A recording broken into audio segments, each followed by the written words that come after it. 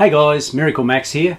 In a recent video I showed you how to replace a screen on a Samsung Galaxy tablet. This time I'll show you how to replace a smashed screen on a iPhone 6s Plus. She's not happy, Jan, she's been smashed. So let's get into it.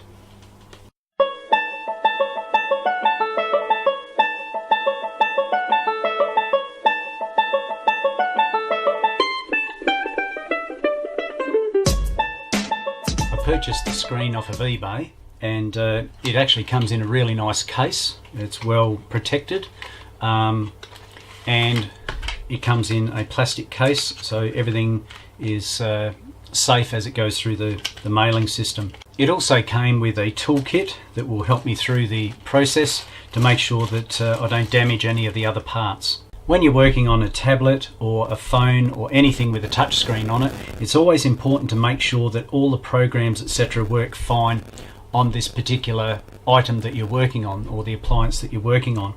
Now, I've had the customer check this last night, and he assures me that everything works from the phone, the camera, video, microphones and everything. It's been like this for quite some time. It's been smashed in this area, and he's continued to use it, apart from the fact that he doesn't like getting shards of glass in his ear every time he answers the phone. So let's pull it apart, see if we can repair it for him. After testing all the programs and features of the phone, and after turning it off again, of course, the first thing we need to do is on the home button side, we need to get rid of two little screws. Now, I'll try and get the camera to focus in on those screws because they are super tiny. There we go, can you see them?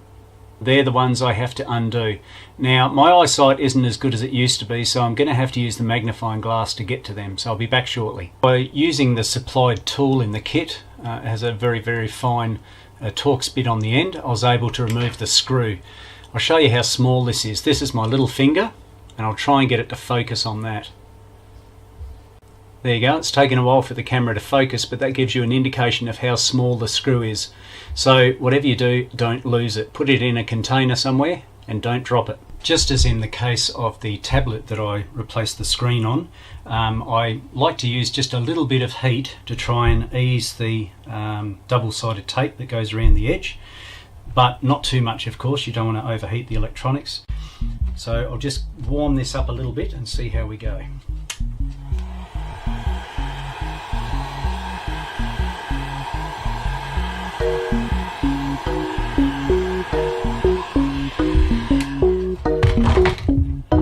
Of course, you don't want to melt your little sucker fella that helps you pull it off, so just gently push that on there, right next to your home button there, and carefully pull back. This came in the kit, the little sucker came in the kit, and of course don't forget to use your little tool here. The goal is just to go next to the home button, if it wants to come up, that is, and this little fella is stuck good and proper.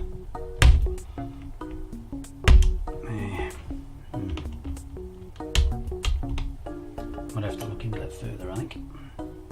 Does not want to budge. I'll be honest with you, this has taken a lot longer than I expected.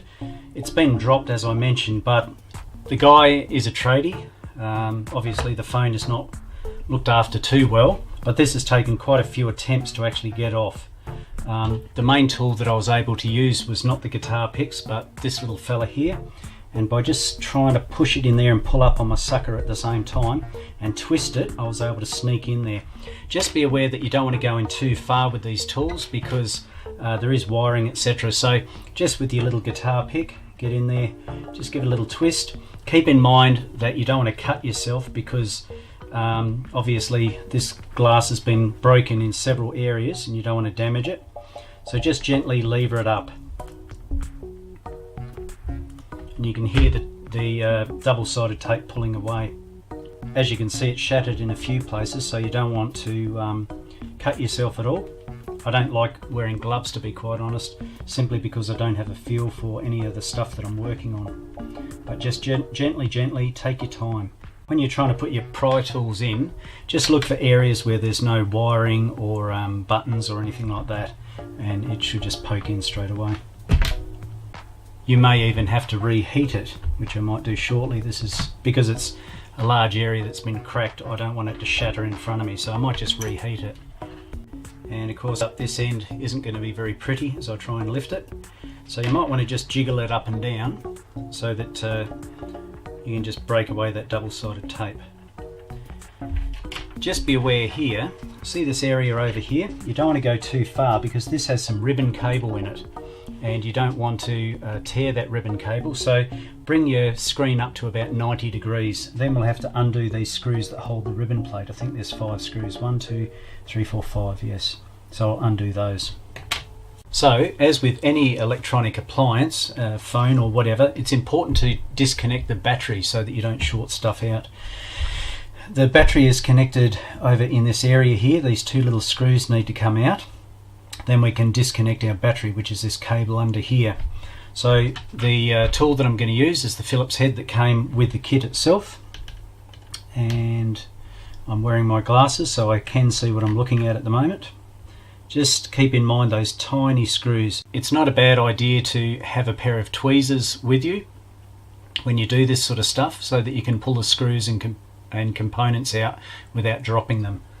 From this point on, it's a good idea to use plastic tools. This one's my spudger, the normal one that I use, but you could always use the ones that came in the kit, these little tools. They've got some sharpish edges on them without creating any damage to the phone itself. For those of you that are playing at home, it's not a bad idea to take a photo, a progressive photo of what's been taken off, just so that you can remember what needs to go back on. I've done that already, so I know what needs to be done next. Just removing that little cover there and putting it to one side, we expose the battery connector itself. Now, as I mentioned, it's important to not use metal components at this stage, or metal tools. These may be a little bit difficult to get out. I should just lever out basically, just gently.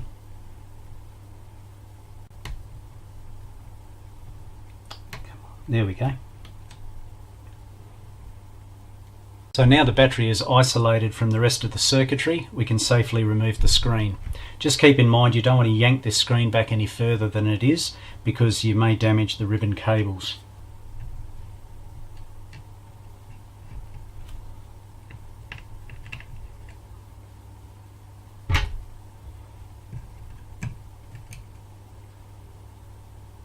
Once again, a little tiny screw, so just be careful with them, easy to drop them. So now we can safely remove that plate and put it to one side. In here you can see all the ribbon cables. There's quite a few in there. I think there's about 4 that need to be disconnected. And just with the battery over here, we need to use our spudger or some plastic tool that's going to make it safe. So we just need to get in there very, very carefully and just give it some upward tension to try and get it out. There we go, there's our first one that's come off. Put that to one side. There's quite a few in there, as I mentioned. They have the little pads on top. There we go, there's our second one. Our third one. There's our other one. Totally we have 1, 2, 3 connectors that need to be put on onto our circuit board, plus our battery one that needs to be disconnected. So our phone can now get put to one side, and we need to swap over some componentry from screen to screen, the old screen to the new screen. Here's my new screen, my old screen, my shattered screen, as you can see. That's the old one. But as you notice, there's quite a bit of componentry that needs to be switched over. So now we need to remove the home button retaining plate and also the speaker retaining plate. These little screws are tiny little suckers. Just be very, very careful about when you pull them out. You don't want to round the heads off.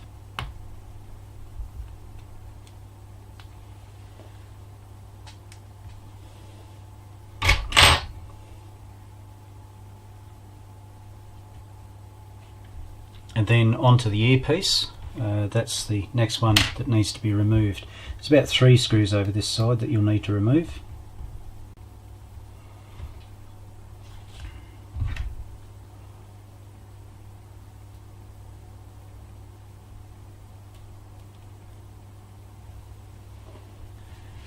Next, this little ribbon has to come up, but that's obviously popped up by itself. And once you've got that out the road, you can get the speaker itself. So just grab the speaker by the bracketry and you can put it out of the road. Next on the list is our camera proximity and light sensor cable. Now that's adhered to one another, so we actually need to heat up that side of the board so that we can gently peel it away. Don't yank on it because it will break. The area that we're trying to remove is this little ribbon along here, and that's why we heat it from the other side of the screen so that we can gently remove that without tearing it. So there you go, just with a little bit of heating I've been able to pull it out of the road without causing any damage to it. If you have a look here, that is held on with a tiny little ribbon right at the end, so you don't want to damage that fella there, so that's why it's important to heat it and get it pulled up gently. I still need to get this little section of the ribbon off the back of the screen, so I'm going to heat it just once again to try and make it easy to get off.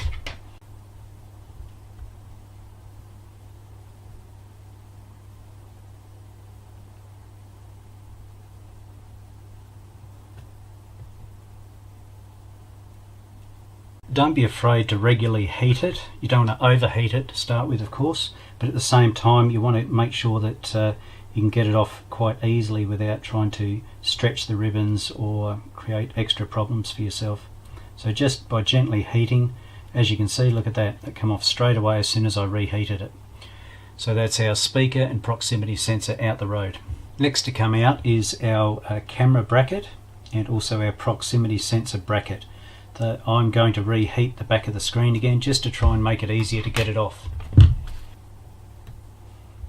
Next up, we need to remove the thermal plate or the backing plate off the actual screen. If we have a look at it, it's made up of 6 screws. 1, 2, 3, and then over the back, pretty much mirrored. Okay, so we've got 1, 2, 3.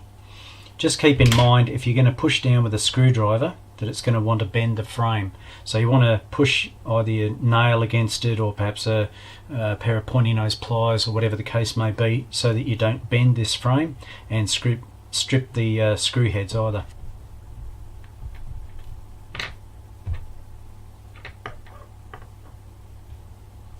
I've had trouble trying to get this screw undone. Just keep in mind the tools that come with the kit are not high quality. They will strip out the heads quite easily. So with this particular screw, I've decided to use my good quality jeweler's set or small screwdriver set, and it came out straight away. It wasn't an issue.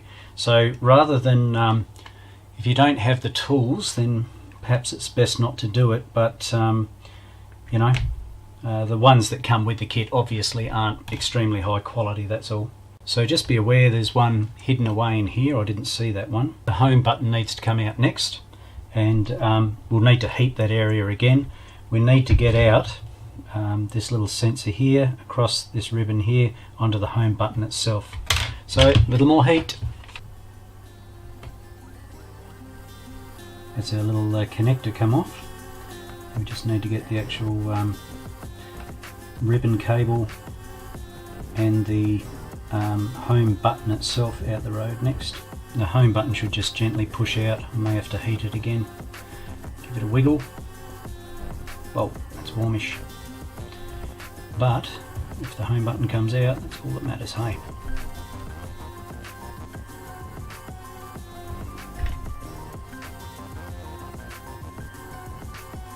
So it's just caught on one corner of the home button. Put it to one side. Now we need to get off our thermal plate, or the backing plate of course. So that will need to gently be pulled up once all the screws are out, of course. Make sure you've done your screws. There we go. So just be careful with that, okay?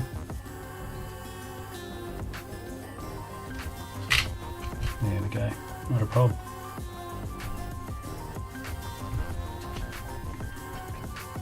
Even though the new screen has a plastic protector on the front, it's a good idea to put it on something soft so that you don't cause any damage. So before we start to put it back together, there's a few protective sheets that we do need to remove. So the main one here that covers the thermal plate, needs to come off once we've got that out the road. And there's also some tape on the main touchscreen connector, the ribbon connector, so we need to remove that gently. Touch ID ribbon has to go into place, like so, making sure that everything else is lined up before we screw it down. That fits in nicely. And we also have to make sure that this little connector down the bottom is fitting in place too. Right, so this one over here has a little ledge that it sort of just wedges into and holds the thing in place. So once this is all centralised and we're happy with that, we can put all our screws back in. All these screws can go back in now, of course. Just keep in mind this little fella here, that's the one I forgot about before. Make sure that that gets put in as well. So overall there should be 7, I believe. 1, 2, 3, 4, 5, 6, 7. That's right. This one has already come with a ear speaker rubber. You can see it's put in there. So next we're going to put our home button in. If we have a really close look, it's a bit hard to see, but there's 2 little pins, one there and one there. They're the locating pins for the home button ribbon cable, and then we have to connect it into this extension. The flex cable goes into that extension connector right there. So hopefully you can see I've got it located correctly. The 2 little locating pins, you can see the little brass one there, there's one up underneath there, and then the ribbon cable you flip over into this connector just here. So now I've got in the home button retaining plate there with the 2 little screws. So next, the proximity sensor mount and also the front camera mount need to be mounted, I guess you could say. So one goes in here, that's for our camera, and our proximity sensor is over here. Just keep in mind, if you have a black screen, black surround, the proximity sensor filter needs to be changed over from the other one. That's that little white piece of paper there. Now it's suggested that the mounts for the proximity sensor and the camera are actually glued in place. Now just make sure with your proximity sensor it goes in the correct way. It should only go in one way. The main thing obviously is you put it in, and it should be kind of central, and it should not obstruct the little window that's there, because the proximity sensor has to get pushed into that, of course. One way you can check is by putting a light underneath it, and you should see 2 little windows through there, and that'll tell you if it's central or not. Next, the camera one, that needs to be put into place. So just do a dry run, just make sure that it fits correctly. So that should fit in there. Flat piece against the screen, of course. Next, our ambient light sensor and our proximity sensor need to go into place, and of course our camera as well. It just folds under there like that. So I've actually had to bend the camera flex out of the road a little bit so I could put in my proximity and my ambient light sensors. They're in place now, so that's not an issue. So once you've got the ambient light and proximity sensors in place, the next thing to go in is your little earpiece that faces up that way. Just have a look at that. Can you see there's a little rubber sort of oval looking thing? That faces into that rubber section there. So that goes down the bottom, and just gently pull back your camera for now, and once that should line up, it should drop into place. After that, the camera, front facing camera, flips over like that, and you can see over here there's several touch pads there, and they go against these little springs here, these 4 little springs, and that provides the contact for the camera. So we just drop that into place like that. Simple as that, mate. If we have a look on this bracket here, we can see that we've got our 4 springs, 1, 2, 3, 4, and there's 2 little holes either side of this bracket. They line up with the holes in this ribbon cable here. In turn, when we put our retaining bracket on, you can see that that has 2 little holes in it as well. So you've got to make sure that that all lines up when you put it back together. We're just about to put our video assembly back onto our logic board, and we have to be very careful with these ribbon cables, of course, with their connectors, our home, our LCD, and our front-facing camera connector as well. So it's just a matter of putting them carefully into place. You want to just push them in with your fingers, and then just gently push them down. You should get a feel for it, then it should just drop in and it should snap into place. I heard it click into place there. Okay, that went into place. Just try the home button one, see if we can get that in lined up next.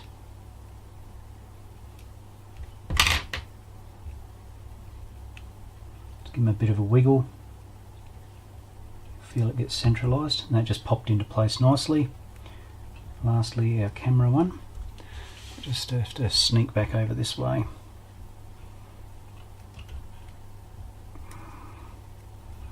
You don't want to push too hard, you'll feel them just locate and then they should click into place. Of course, the next one that we need to do is our battery one, which is this fella here. Once again, just push down and it should click into place. All we have to do now is put on those retaining plates. Remember the ones that we pulled off before? It should just fit there nicely. Okay, that's a battery bracket down. Once we just confirm that we've got all those ribbon cables, the connectors in place, and we're happy with it, we can put that retaining plate on once again. And as I mentioned, don't allow this cover to go back too far, because that will put stress on the ribbon cable itself as we tighten it down.